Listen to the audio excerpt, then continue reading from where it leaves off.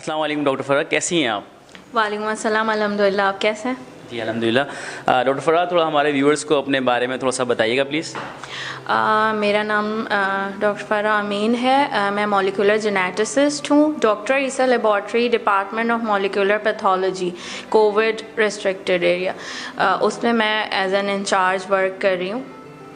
अच्छा doctor फ़रा, PCR है क्या बेसिकली?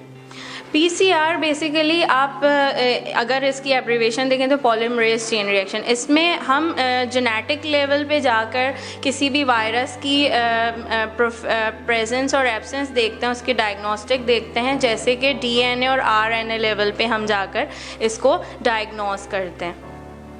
अच्छा, तो डॉक्टर फ़रा, जैसे कि लोग डॉक्टर्स वगैरह मुख्तलिफ एडवाइस करते हैं कि भाई पीसीआर कराना चाहिए, लेकिन लोग भाग रहे होते हैं इस चीज़ से, पीसीआर से, तो आप उनके लिए क्या कमेंट्स देंगे? इससे भागना नहीं चाहिए। लोगों को ये डर लगता है कि डायग्नोस्टिक है, अगर पॉजिटिव आ जाएगा तो क्या लोग उनसे हट जाएंगे या उनको अपने साथ नहीं बैठाएंगे।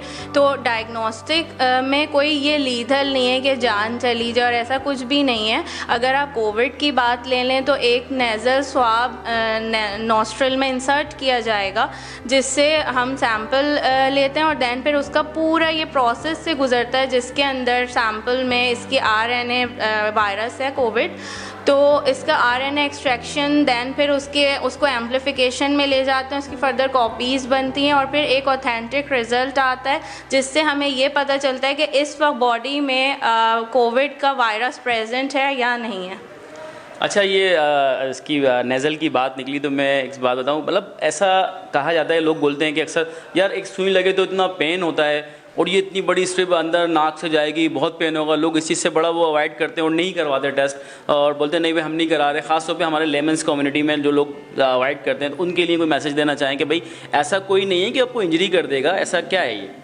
अच्छा, पहली बात तो ये कि हमारे पास इतने वेल ट्रेंड स्टाफ हैं, तो वो इतने अच्छे तरीके से इस प्रोसेस को करते हैं। दूसरा, ये कोई इंजरी नहीं करता, एक बिल्कुल सॉफ्ट सा थ्रेड होता है उसमें, या कॉटन कह लें, स्वाब जो है वो बिल्कुल ही हमारे इसी एयरवे पैसेज में जाता है और दैन फिर वो पैसेज में डाल के और फिर उसी वक्त विद इन 5 to 6 सेकेंड्स इसको निकाल लिया जाता है।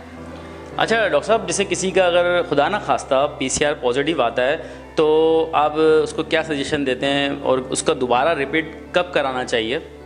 अच्छा, अगर पीसीआर पॉजिटिव आ जाता है तो हम उनसे ये कहेंगे कि वो पूरे अच्छे तरीके से क्वारंटाइन कर लें और 14 डेज़ तक बिल्कुल उनका एक्सपोजर नहीं हो, सोशलाइज वर्क वो छोड़ दें, अपने घर वालों से दूर रहें, बिल्कुल क्वारंटाइन करें और उसके 14 डेज़ बाद, एटलीस्ट 14 डेज़ बाद फिर वो अपना फर्दर सैंपल दें, और अगर उन्होंने क्वारंटाइन सही से किया होगा तो फिर वो नेगेटिव हो जाएंगे। अच्छा डॉक्टर साहब, अक्सर ऐसा होता है कि इसका रिज़ल्ट 14 डेज़ में नेगेटिव नहीं आता है, क्योंकि टाइम हो सकता है, टाइम भी ले ले थोड़ा सा, और बाज़ लोग कुछ जल्दबाजी में जल्दी भी करवा लेते हैं, तो उनके लिए आप क्या मैसेज देना चाहेंगे? अच्छा, 14 डेज़ तो एक cut off time at least मैंने कहा, इसके आगे भी जा सकते हैं, क्योंकि ये बॉडी वाइज वेरी करता है पर्सन टू पर्सन। तो अब किसी में एंटीबॉडीज़ जो कि इम्यूनिटी होती है वो डेवलप होती है, जिस तरीके से इसमें एज ग्रुप का भी फ़र्क आ जाता है कि कौन सी एज वाला कितने जल्दी इम्यूनिटीज़ की डेवलप कर लेता है, तो ये वेरी करता है। अच्छा डॉक्टर साहब, इसके अंदर एंटीबॉडीज़ का जब बात आई तो ये अक्सर क्वेश्चन बनता है कि अक्सर लोग पीसीआर से बचने के लिए एंटीबॉडीज़ करा लेते हैं, तो उसमें और इसमें क्या डिफरेंस है? क्योंकि उसमें इतना मेरे ख्याल से लोग पेन नहीं होता, तो लोग बोलते हैं यार एंटीबॉडीज़ करा लें ताकि हमारी जान छुट जाए और हम कह देंगे एंटीबॉडीज़ बन गया, हमें होके निकल गया। इस तरह का लोगों का माइंड सेट है, तो उस हवाले से थोड़ा सा रहनुमाई कीजिए। अच्छा, एंटीबॉडीज़ की तरफ लोग इसलिए भी जा रहे होते हैं क्योंकि वो बाय ब्लड वो प्रोसेस होता है और ब्लड देना इजी होता है एज़ कम्पेयर टू स्वाब।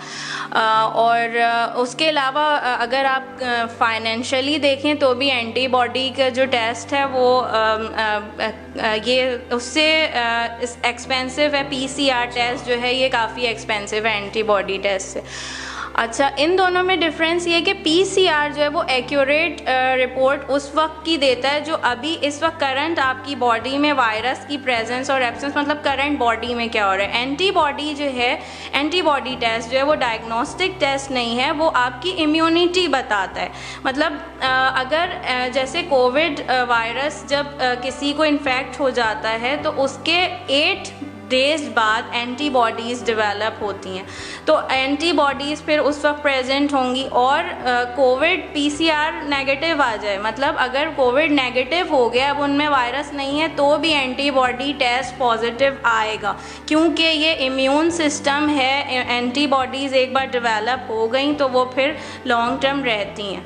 तो अगर आपको एग्जैक्ट पेशेंट को अपने बॉडी उस वक्त जानना है कि बॉडी में वायरस है या नहीं है, तो वो फिर पीसीआर करवाएं। Thank you so much. देखिए व्यूवर्स, जैसा कि आपने सुना एंटीबॉडीज़ और पीसीआर में डिफरेंस है, तो लिहाजा जो डॉक्टर आपको प्रेस्क्राइब कर रहा है वो कुछ सोच के ही कर रहा है, तो लाजमी वही टेस्ट करवाइए जो डॉक्टर सजेस्ट कर रहा है। तो डॉक्टर फरहा, एक और क्वेश्चन आ रहा है इसके अंदर कि पीसीआर जैसे टेस्ट वगैरह होते हैं, करवा रहे हैं लोग बाग, लेकिन अब कोविड की एक नई लहर भी सुनने में आ रही है, तो आप दर्शक इस चीज़ को आप पूरा रीड कर रही हैं, तो आप कैसा समझती हैं आगे क्या हो सकता है, पॉसिबिलिटी है?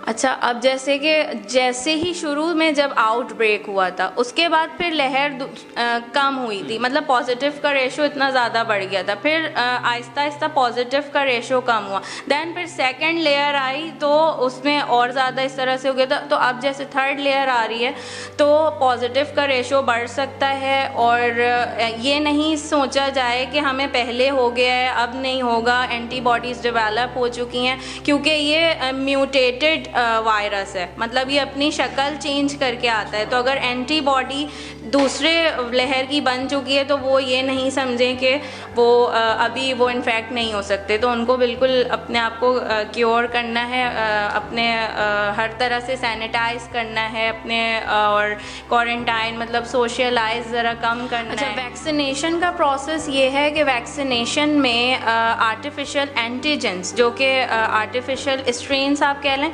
वो बॉडी में इंजेक्ट किया जाता है। जब वो बॉडी में जाता है तो हमारी बॉडी में जो इम्यून सिस्टम है, एंटीबॉडीज़ हैं, वो उसको एज अ फॉरन देख के उसके खिलाफ स्टिमुलाई हो जाती हैं। अब वो जो आर्टिफिशियल एंटीजन है वो ख़त्म हो जाता है। इसके बाद अब जब रियल एंटीजन हमें इन्फेक्ट करेगा तो हमारी एंटीबॉडीज़ डेवलप हुई भी होंगी तो वो हमें इन्फेक्ट नहीं करेंगी। तो ये प्रोसेस है वैक्सीनेशन का। हमारे यहाँ जब कोविड की वैक्सीनेशन आ चुकी है, मैंने खुद पहला डोज लिया हुआ है कोविड वैक्सीन का, तो इसके दो डोजेज़ हैं जिसमें ड्यूरेशन इसका 21 डेज़ का है, मतलब 21 डेज़ के बाद फिर सेकेंड डोज लगाई जाएगी। तब ख़त्म हुआ जाता है, और उम्मीद करते हैं कि आपको आज का प्रोग्राम हमारा बहुत अच्छा लगेगा। इंशाल्लाह नेक्स्ट एपिसोड में किसी मुख्तलिफ शोबाजात के डॉक्टर से जल्द मुलाकात कराएंगे। उस वक्त तक के लिए अपना और अपने इर्द गिर्द वालों का भरपूर ख्याल रखिए। अल्लाह निगहबान, पाकिस्तान जिंदाबाद।